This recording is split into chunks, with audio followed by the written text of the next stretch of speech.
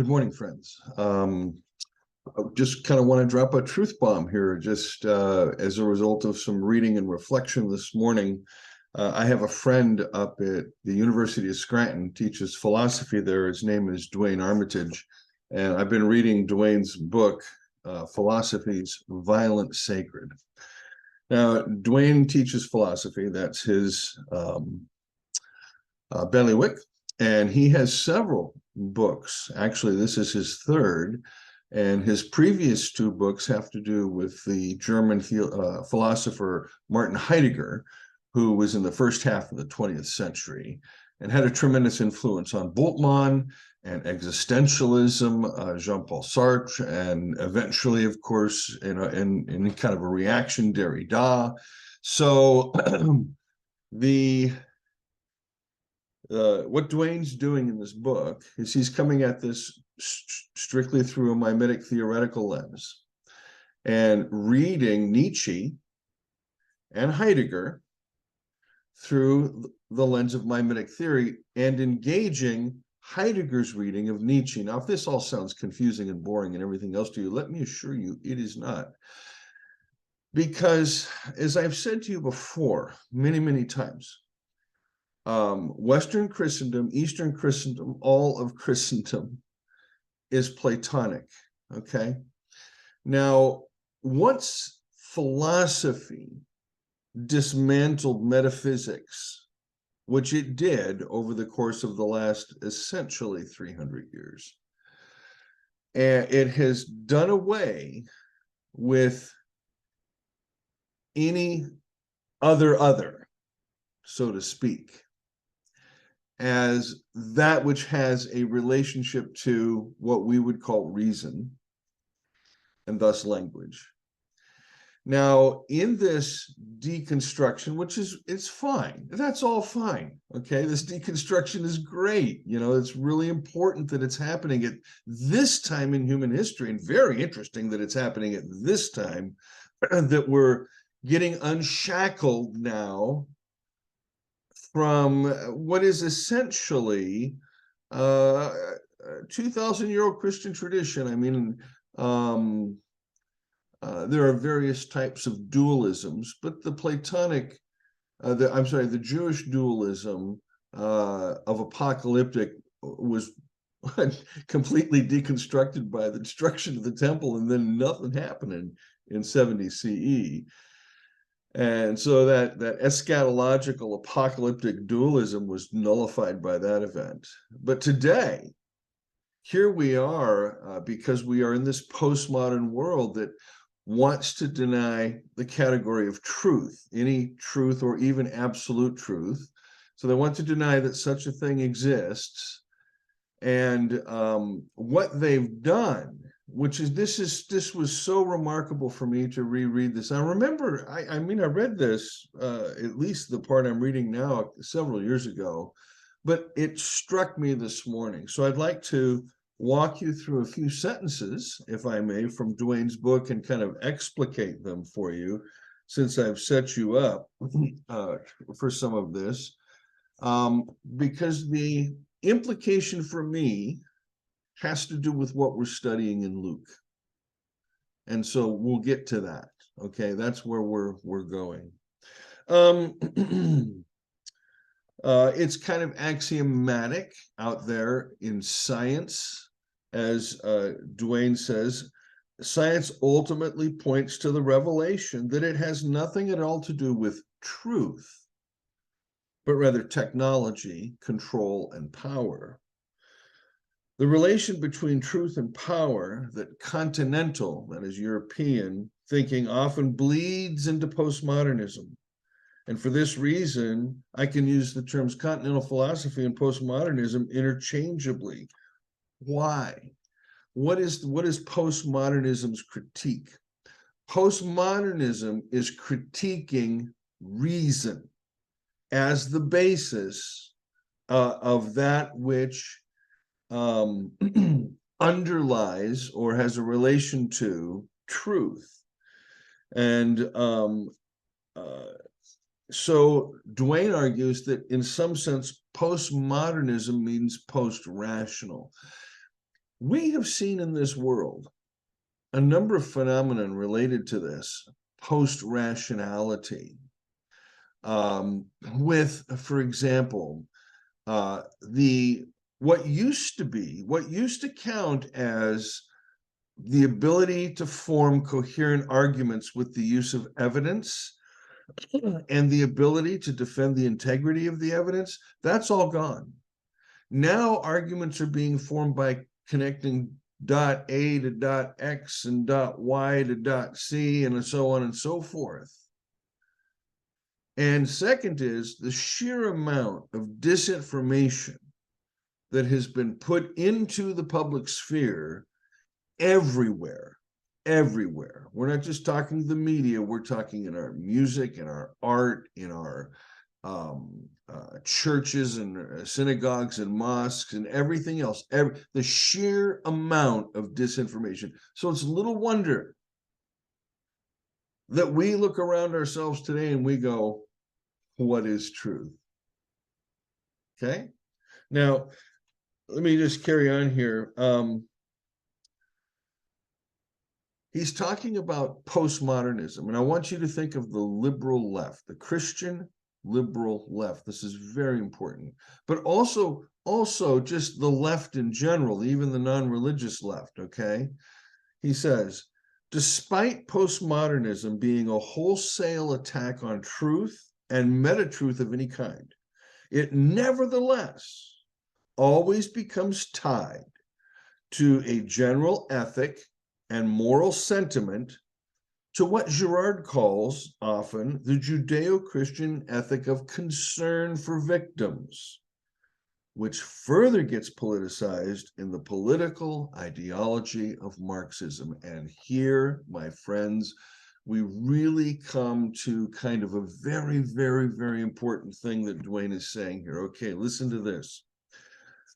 Postmodernism has this wholesale attack. They're all in now. It's all or nothing.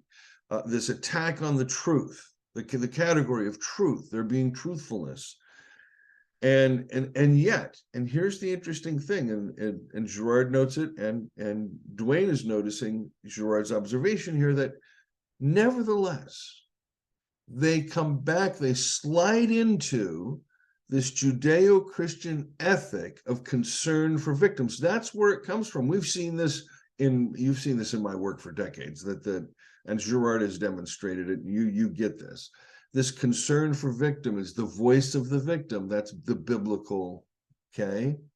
So you have this left now denying truth, but backdoor entry into the biblical truth, which is concern for victims. And then, really important, that category, victim, gets politicized with Marxist ideology. And that's the big difference between how I understand victimage, how a good Girardian understands victimage, and how the left has just boulderized it. And I would even argue have subverted the term, because now everybody's a victim. Everybody's a victim. And when everybody's a victim and nobody's a persecutor, we are in a strange world.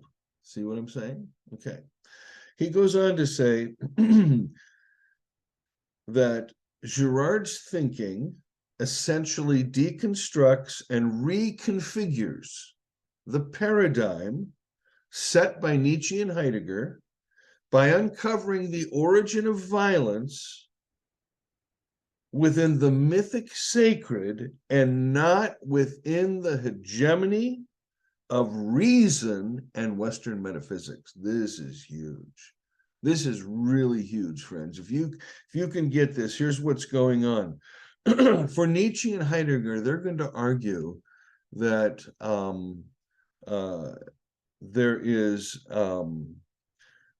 violence is a result of reason. Okay, there's rationality, and that's, you find that frequently in feminist critiques, and critiquing left brain, kind of stuff and all this. But at any rate, the problem here is that if you posit that reason or rationality is the origin of violence, and you fail to see it in the mythic sacred, you can deconstruct reason and lose all mooring to truth. And then what do you have? Nihilism, nothingness, das Nichtige.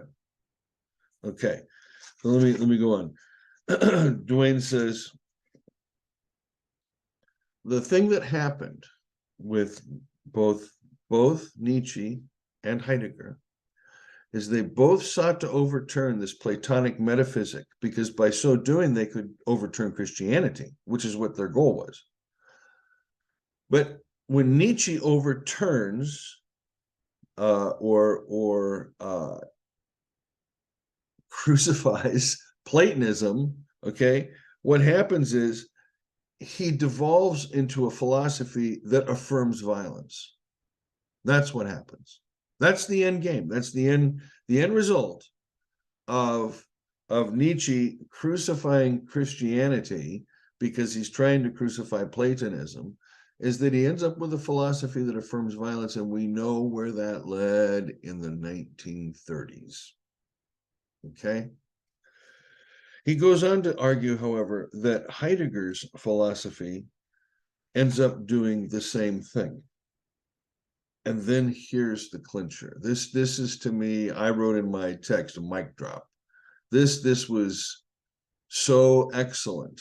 He says, I argue that postmodernism's metaphysics is fundamentally Nietzschean in terms of the will to power, albeit a metaphysics that's coupled with a Judeo-Christian ethic of concern for victims, which in turn creates a strange form of hyper-Christianity that ultimately becomes indistinguishable from Marxism.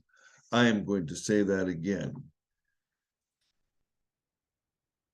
I argue that postmodernism's metaphysics is fundamentally Nietzschean in terms of will to power, albeit a metaphysics that's coupled with the Judeo-Christian ethic of concern for victims, which in turn creates a strange form of hyper-Christianity that ultimately becomes indistinguishable from Marxism. And why is that?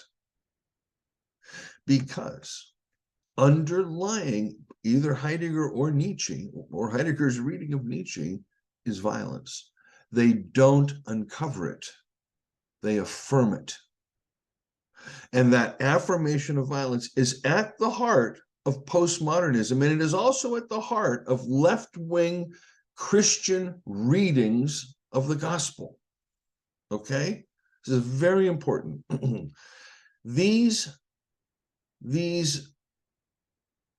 left, the Christian left, I mean, it's beautiful, isn't it, that they get the concern for victims that's there. That's great. That's great.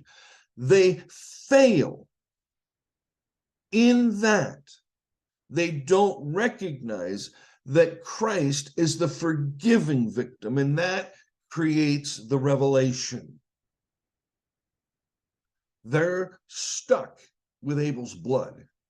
They are stuck over in their little world that they want to put a righteous gloss on. They're the righteous because they care for the poor, the disenfranchised, the ABCDEFG plus group, everything else. They care, they care, they care. But at the heart of that is violence, Marxist violence, which requires a scapegoat. Okay? And so the scapegoat du jour for the last decade has been first it was the critique of the colonialist British Empire. Then it's the critique of the colonialist American Empire.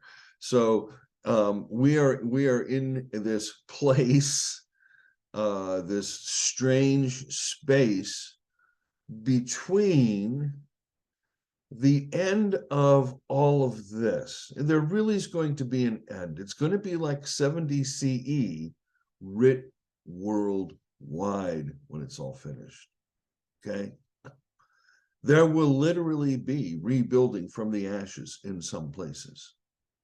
Okay?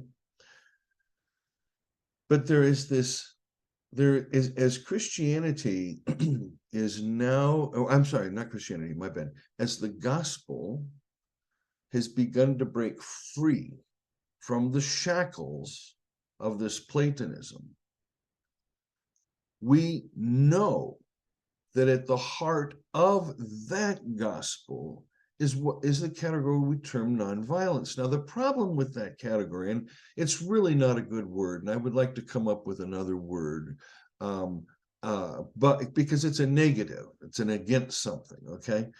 But the whole point of the God of the gospel is that you can't so offend him that he will abandon you. Okay?